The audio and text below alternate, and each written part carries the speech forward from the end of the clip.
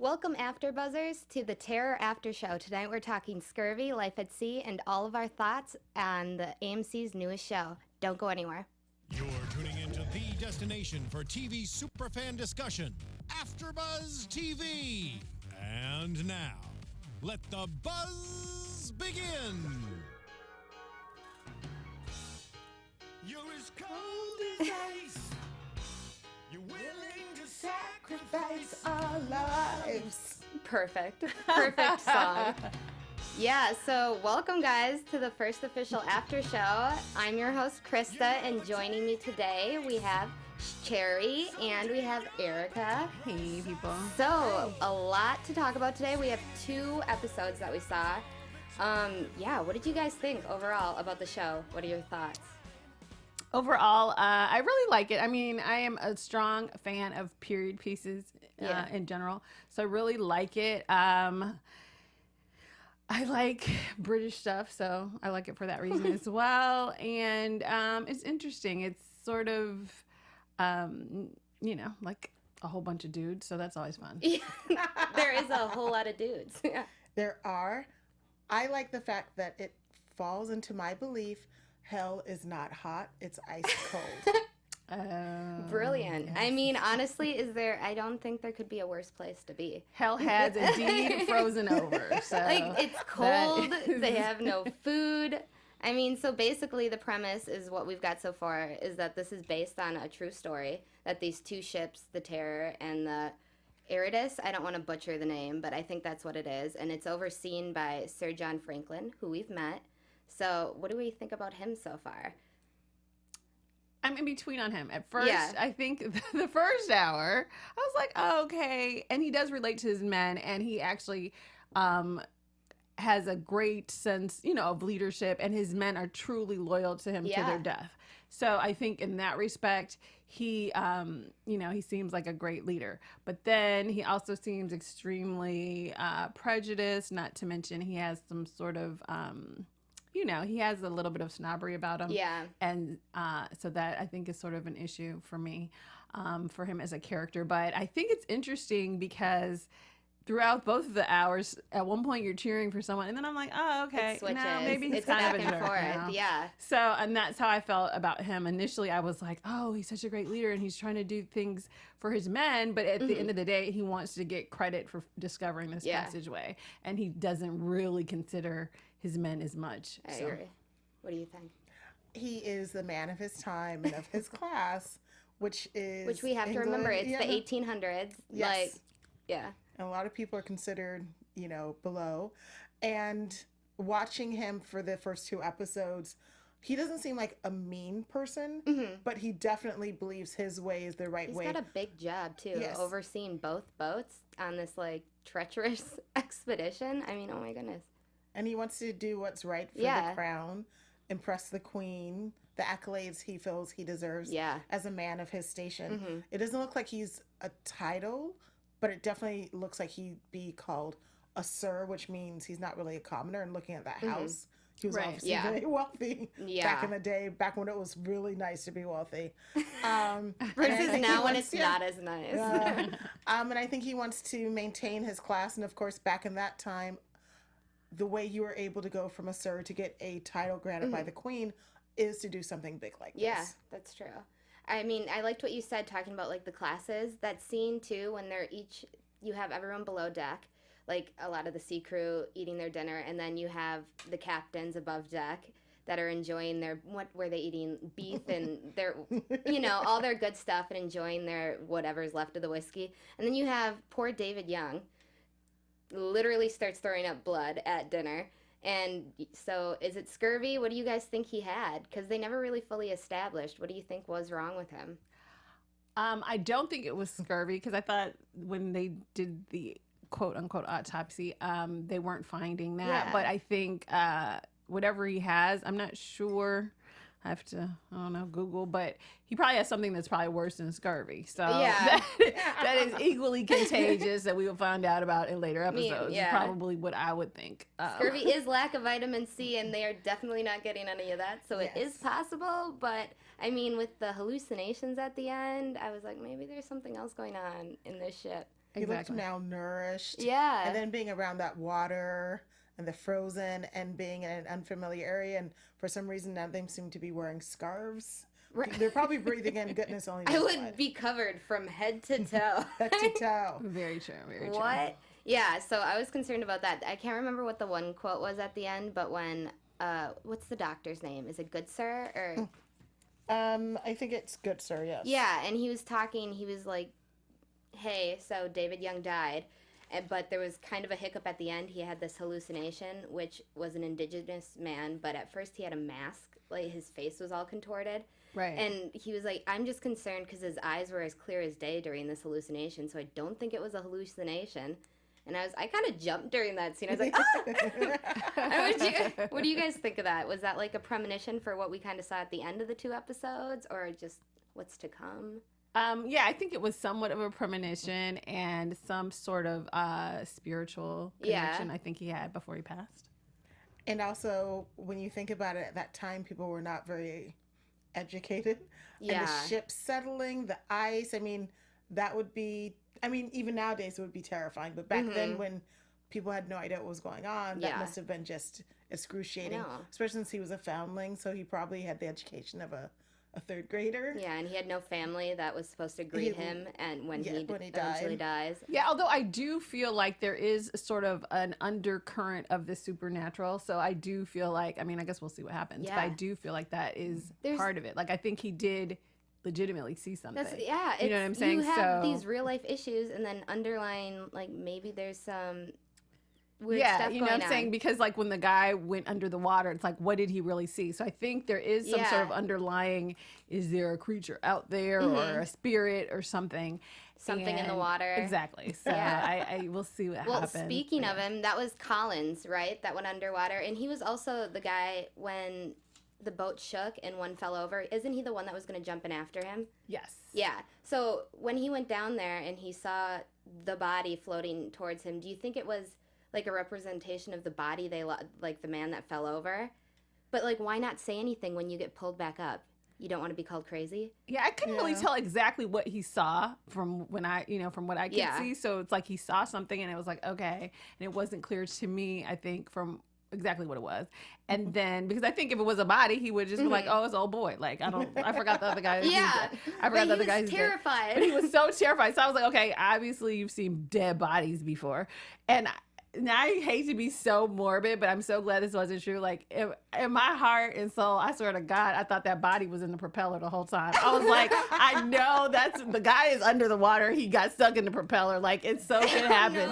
And I was like, this is about to get gory real quick. But it was just ice, so that was a pleasant surprise. But still, what a job. Hey, can you just go under the ship and, like, God knows what temperature that water is and just chip away at an iceberg real quick? No, especially back then. What did you draw short sticks? Like, I was about to say, it's a dirty job, but somebody's got to do it. I wouldn't have volunteered for that. No. That's just me. Especially in that old-fashioned scuba gear. Yeah, no, but it's like, okay, or are we just going to sit in here in the ice? So somebody was going to have to do it. Like, first of all, not only the cold, but you look what you just saw under there. I'd never go under. I'd never leave my room again. I know. So that's for starters. But yeah.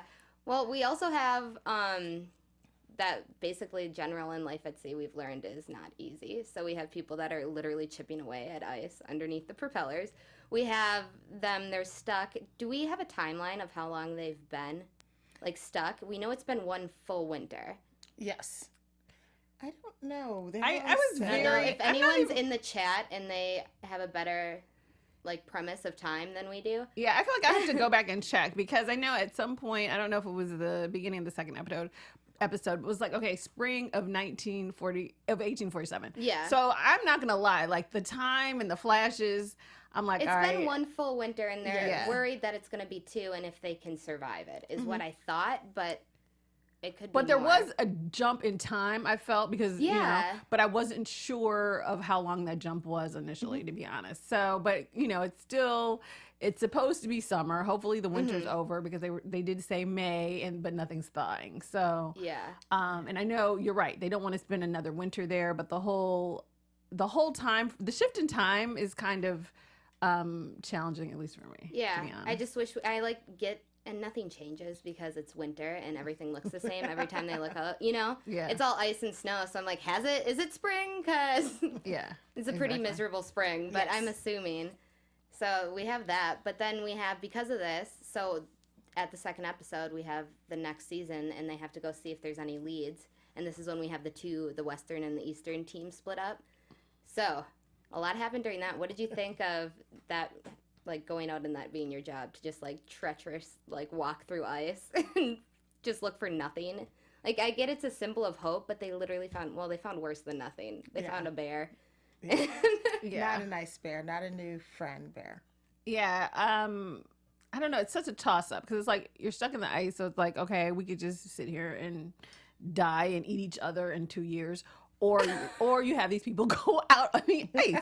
So, yeah. I could just eat each other. I would have been out there, but I'd be like, okay, well, how far do we have to go? And also, I would have been like, I'm doing a backpack.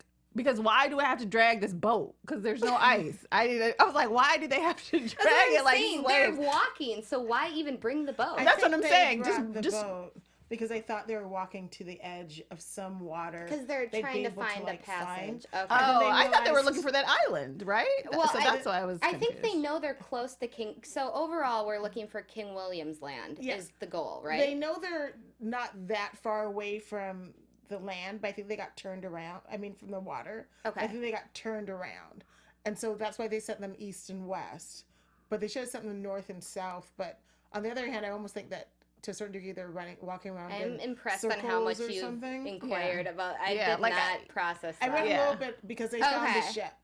Yeah. Not too long ago, they found the ship. And it was like 80 miles offshore. Oh, in 2014, they found the wreckage of Erebus and then discovered Terror 2 years later. That was literally 2 years ago. Yeah, so it wasn't that far away. Yeah. I mean, it wasn't swimming distance, but it almost feels like if they'd gone in the right direction, they'd have been okay. They just guessed wrong. So now we know that basically at some point these two ships they get farther apart. Because right now you can see them. Yes. They're within, like, walking distance, aren't they? Yes. Or, okay. Because right now we're just chilling on an iceberg, like a giant thing of ice, and there's no way through. But they could have sunk next to each other, but by the waves and ebbs of the flow of the at tides that point underneath, it like shift them around. That makes sense. Yeah. So we have the bear. They're all split up. We have the bear and the indigenous people. What do you think? It kind of, to me, looked like a polar bear. Like it would be a polar bear. Yeah, it was a giant white polar bear. But also, this thing was not your. I feel like this thing had a vendetta for like.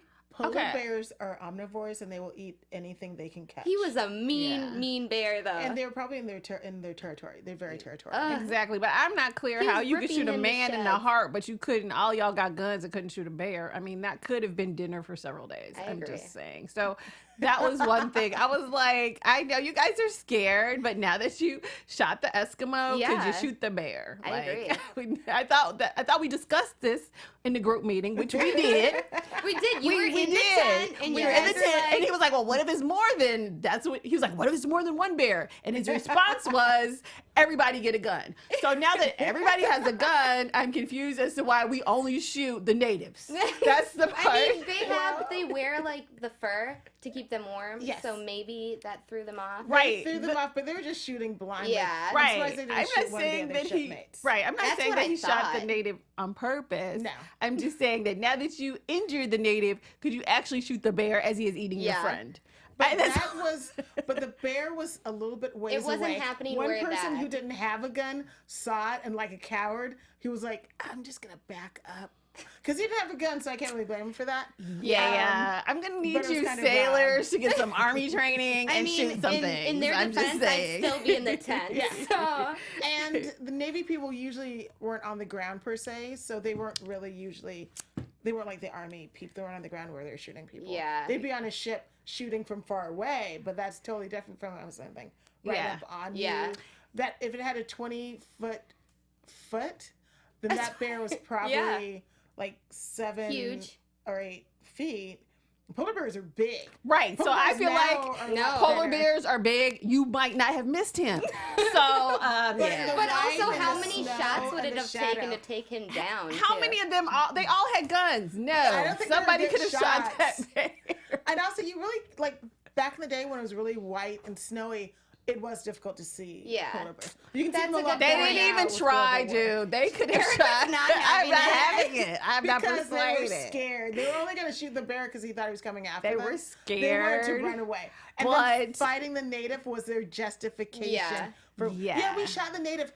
We can't go after the bear. We have to save him. See, clearly they hadn't been out there long enough because the hungry person would have shot the bear. But, and I also agree with them because who was inevitably eaten by this bear? Gore. I think. Gore, I have his name. Which is so appropriate. Lieutenant Gore. Lieutenant Gore, yes. Appropriate play on the name. I know. They're doing a lot of interesting play with the names, like Dr. Good Sir is like the good guy. So it's interesting how they're doing the traditional British names. Yeah. Did he not make a comment where he was like, I'm technically not a doctor? Yes. And I'm like, sir, what? I think first of all, doctors and surgeons and things back then were not considered. It was like a loose term. They weren't like on the upper kind echelon. of like. I'm sorry, if you're cutting into me at sea, I would hope you have some kind of. There weren't that many doctors. Well, and also I think it might be different, like the difference, between a solicitor and a barrister. It seems like there's different professions, to be honest. That's true. Is the way he said but it. I mean, he seems to be a decent doctor for not having the play at the whatever. Yes. Yeah. And they weren't. I don't think they could get a doctor to come. I think most doctors were like, no, hard pass. I'm not going to do that. Mission. Thank you. Yeah, so he might be a surgeon, and then the other guy on the other ship is probably a doctor because he was kind of snooty. We have two. Because remember when they brought the native man in, the other guy was like, I am not touching him because I don't touch native people. So the other guy, I do believe, actually might be a doctor, or he might just be a snob. Yeah. I'm not sure, but he was too good to touch the native man that they shot. Yes.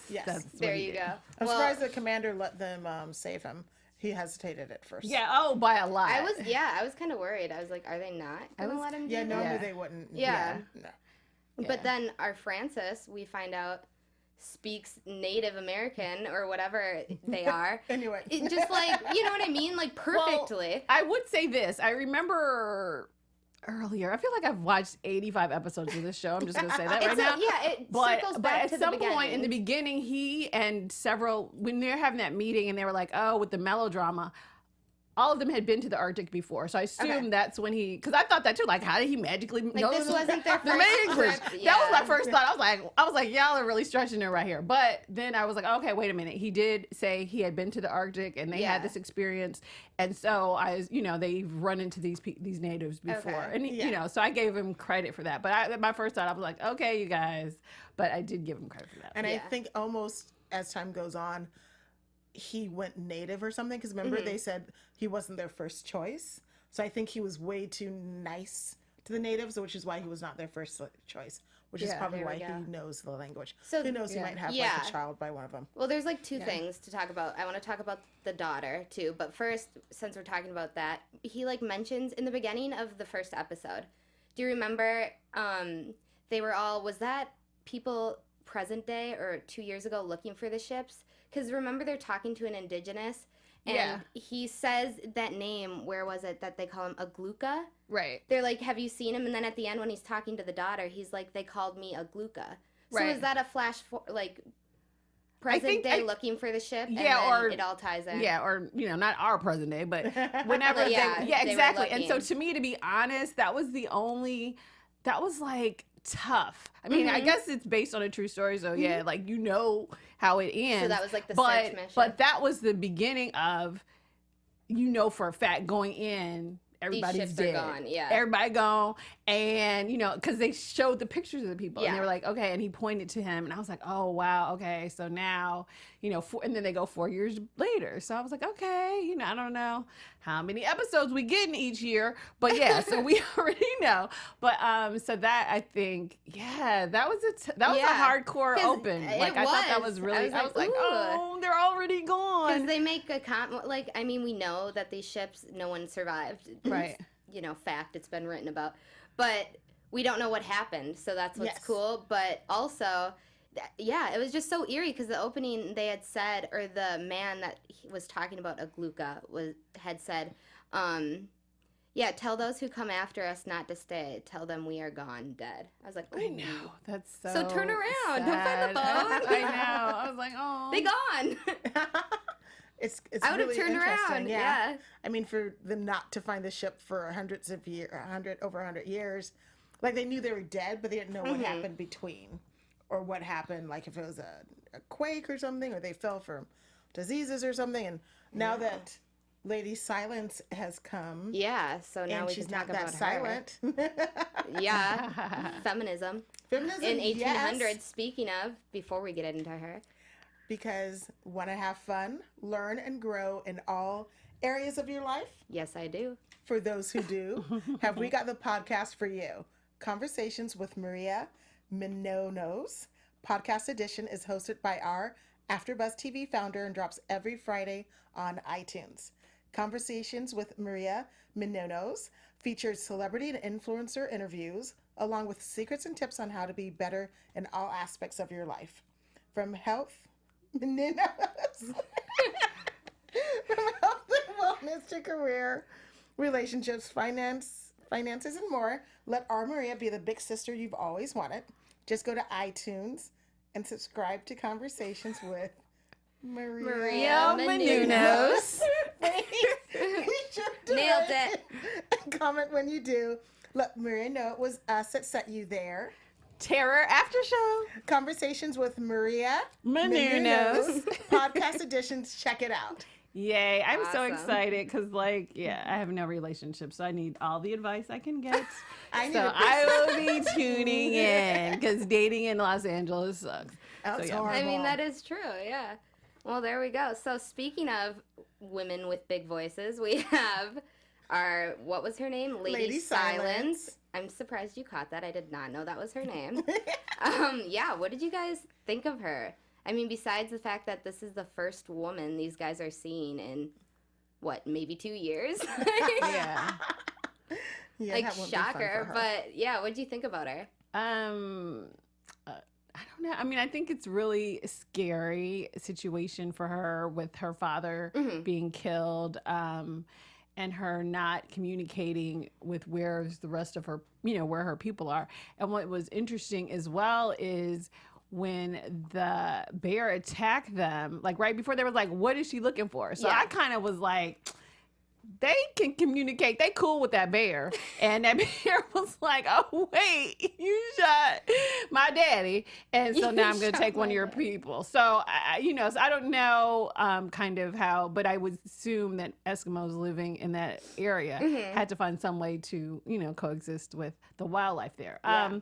So that's one thing. And then two, I was confused when the commander was like, oh, walk her off the ship. I'm like, okay, y'all gonna bring her all these miles to the ship and just leave her on the ice? Like, I wasn't sure what that meant, really. I was like, but that being said, I was like, okay, do you want to be raped by 100 men or die on the ice? These are your choices, chick. So we'll see what happens next episode. But I was like, yeah, she's got it tough now. Yeah. I think the polar bear was chasing them, but I also think they must be somewhere near their settlement or something, because they didn't have like packs or book bags, or weren't dragging anything. Right. Yeah. So I think they were near wherever they were going. I did not think of that. I like that. And they took her like 11 miles away from where she was, but considering she's kind of from there and she was dressed properly for the weather, she'd have been fine. And let's be honest, who really wants to be on that ship right now? I know. I mean, I don't want to be there with all those men. I was like, girl, just bear the cold and get out there. But it is trifling. Like, really, you gonna kill my dad, drag me out here, and just be like, okay, yeah, you're a native, you can't be on my ship. Like, that's kind of over the top. But I understand that's their class issues. So and the ethnic issue, and the no respect for her wanting her father to die under the moon and the stars in the sky. That was sad. But that's not a Christian way to do things. Yeah. And so, but I was like, just get him out in this. It's right there. Yeah, but at the end, calling for a stretcher. They were one was calling for a stretcher. And at the end of the day, though, I think the commander does what he wants to do, and certain people in command on that ship did what they want to do, because the David Young did not want to. He did not want an autopsy. He didn't want his body cut open, and they did it anyway, and it wasn't clear if they really needed to. So, so I think in that respect, not only do they not respect native views and their religious principles, but they don't respect the views even of their own men or their morals. Well, no, the hopes. underlings are not going to respect them. No, I agree. It's just, she has a lot, her presence brings a lot into the show because we have, okay, now we know there's other people that are obviously living out there. So it's possible if you guys, your ships do break, like, maybe you can survive for how long? I don't know. But yeah, so we know there's food, they're eating something, but we also know that she's like, hey, heads up, this place, you need to leave. You're going to just disappear. I was like, oh! When she says it, I was like, you need to leave now. Did you hear her? I would have just started walking. Yeah, like I almost think that the reason there's none of the native people are there is because there's something there might be gases that are released there. And that maybe some people fell asleep and they never woke up. They didn't know why they didn't wake up. You know, like gases, like people. Yeah. What is it? When you have that alarm, it doesn't go off and you just fall asleep because carbon monoxide. There might be carbon monoxide and that's why there's no one there. And they were like walking by, but they were like, yeah, we don't live here. Through. We're just cutting through because we got somewhere to go. But they're not going to listen to her. When she was like, I kind of want to get off the ship. And he's like, no, bring her to my ship. She was like, no, I don't want to go to either of your ships. I want to take my dad and I want to leave.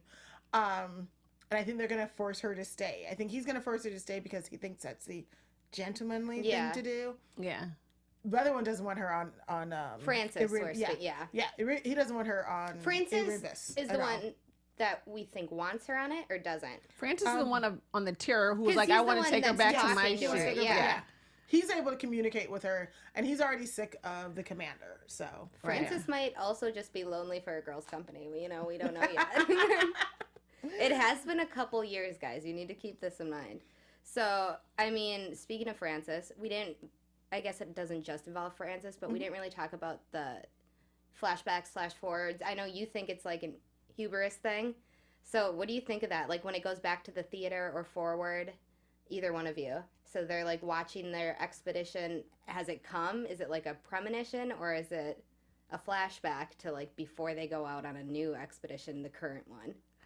I know Cherry thinks it's a flash forward. Yeah. At the time when I saw it, I thought it was a flashback. I think I have to see. But now I'm questioning it. Now I have to see more to really get a feel for it. I mean, I know what you were saying, but then I also thought in their discussions about the other trips or whatever that they had been on and their other, that's what I thought it was. Like, oh, okay, this is after the other things that they have done in the past, and now this is their great adventure. Yeah. But your flash forward also seems great. It seems like a good idea. Although to me, I don't know. So I still kind of think it's a flashback, but I'm not sure. I don't know. Yeah. It looks like more of a fantasy. Like this is what I expect will happen. Just the way everyone's looking at him and like, just like looking at him with such utter adoration. That to me, it feels more like a self-centered daydream. Which I totally get which that, I think she's thinking about. But like with the proposal and these like oddly specific details, and I kind of had this whole show has a play on hope. Well, at least these 2 episodes. And because he proposed to Sophia, the girl that was the girl he was sitting next to in the theater. Right. And his then niece. That was Sir John's niece. Oh, yes. And Francis proposed to her because remember in the theater, he was like, "Can I ask you a question?" After right, the show? exactly. And also when that was going on, that interaction, I'm like, "Who?" That was a casual way to be like, "I'm going to propose to you after this here show. Can I just ask you a quick question when we get out of here?" And she's like, "Always." And then she denies him for like apparently how many times we don't know. Twice. Right. So stop asking. But at that point, so that's just such an oddly specific detail to me that I'm like, is he thinking that this is going to happen when he gets home? Well, the reason why I thought it was a flashback was because for some reason, but also because for some reason, even though the commander is in charge of them, Francis does not really respect him. There's a shift there, and to me, I feel like this was showing us the basis of why there's a contention there. But I guess we'll have to watch more and find out. But I like that you brought it up because I was not thinking about it that way, and now I will in the future.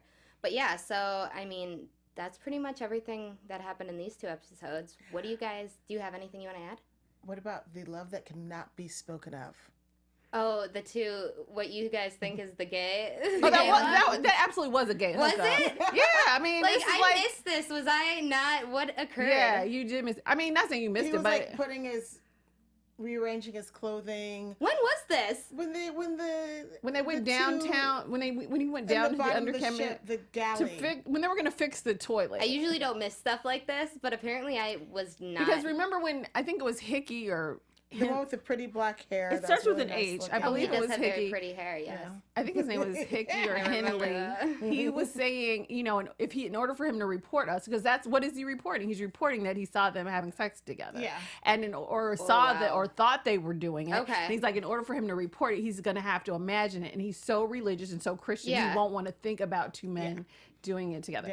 And so it's absolutely gay. And I think that whole Henley sort of slick. I'm Irish, but I'm good. So that was interesting because he was Irish. I just missed this whole scene, so I'm glad you brought this up. Yes.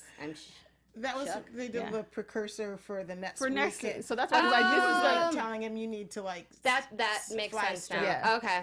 Oh, well, good to know. Well, yes. So other than that, we can move on to predictions. Yes. Yeah. Predictions. And now, your AfterBuzz TV predictions.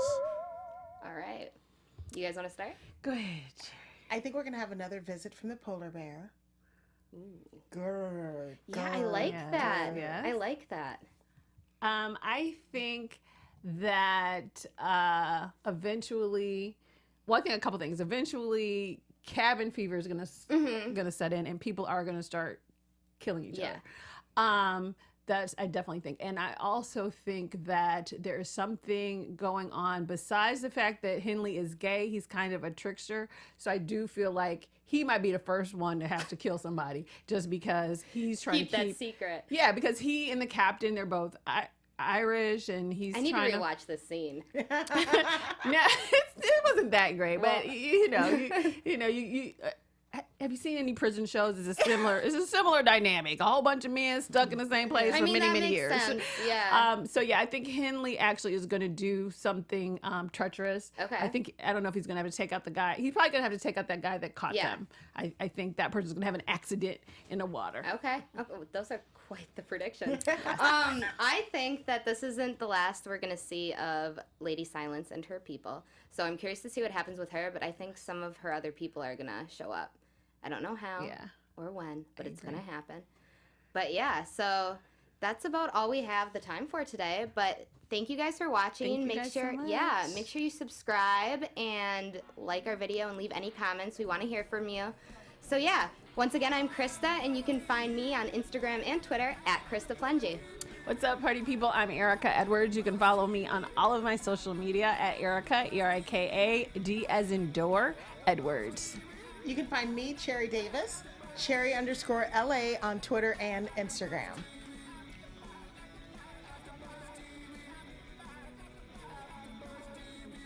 From executive producers Maria Menounos, Keven Undergaro, Phil Svitek, and the entire AfterBuzz TV staff, we would like to thank you for listening to the AfterBuzz TV network. To watch or listen to other after shows and post comments or questions, be sure to visit AfterBuzzTV.com. I'm Sir Richard Wentworth, and this has been a presentation of AfterBuzz TV. Buzz you later! The views expressed herein are those of the hosts only and do not necessarily reflect the views of AfterBuzz TV or its owners or principals.